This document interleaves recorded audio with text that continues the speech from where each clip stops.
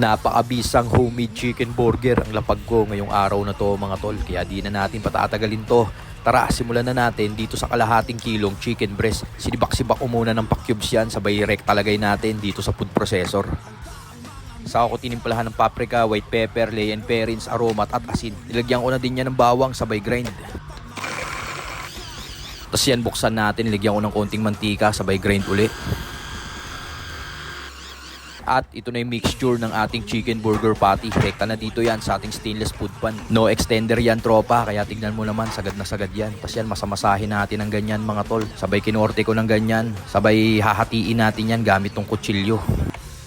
Tapos yan, pipitas na tayo. Ikokorte natin yung pang burger patties natin. Sabay rekta budbud ng harina. Coating lang natin ng ganyan. Sabay rekta hulog dito sa beaten egg. I-coating natin maigi yan. Sabay panghuli, ilagay natin dito sa breadcrumbs.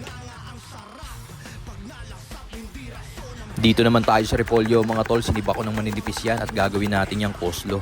Rekta dito sa mangkok, sabay lagyan natin ng mayonnaise, haluin natin, sabay set aside. Dito naman tayo sa pipino, balatan at hiwain natin ng maninipis yan, sunod tong pickles. At mga tol, meron akong bagong produkto rito. Itong ating matibay at makunat na power bank. 30,000 mAh ang capacity nito at kayang pumul charge nito ng 3 device. Ganun kabisa itong ating Benson power bank mga boss. Type C ang kasama niyang connector mga tol, kaya yan, testing na natin.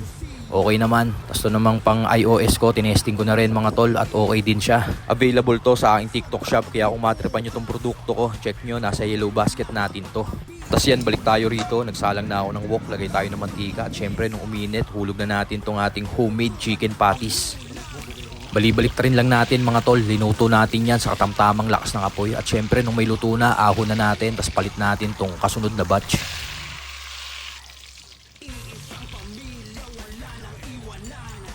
Alisin natin yung wok, palitan natin ng grill pan, sabay salang na natin tong mga burger buns natin. Initin lang natin yan mga tol at nung okay na, syempre ahon na natin. Rekta assemble na yan, lagay tayong pepino, sunod tong ating homemade chicken patty.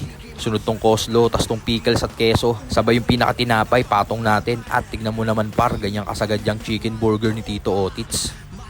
Lagay natin sa gilid yan. Dito naman tayo sa natitirang nating tinapay. Pinaglalagyan ko na rin yan ng mga ingredient. Same shit lang din yan lahat mga tol dahil pang PSG food trip ni Tito Otits yan.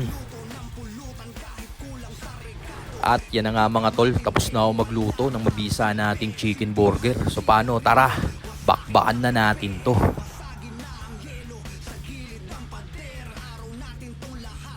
Yon mga tol, ito yung nagawa nating napakasarap na chicken burger. Grabe yan mga tol, talaga naman. So paano, babakbak na tayo.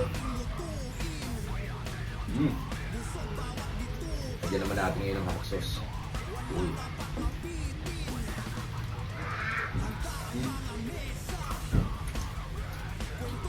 Saktong-sakto rin alat niya. Saan combination niya mga tol, oh. Talaga naman, walang umay.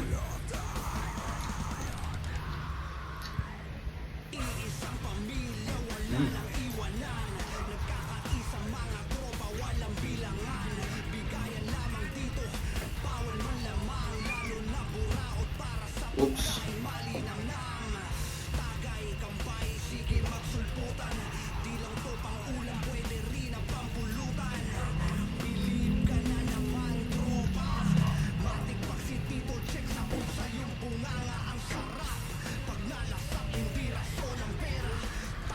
Yan boss, oh. Tignan mo naman kung gaano kabisa yan. Akbak pa tayo. Yan. Kain mga boss.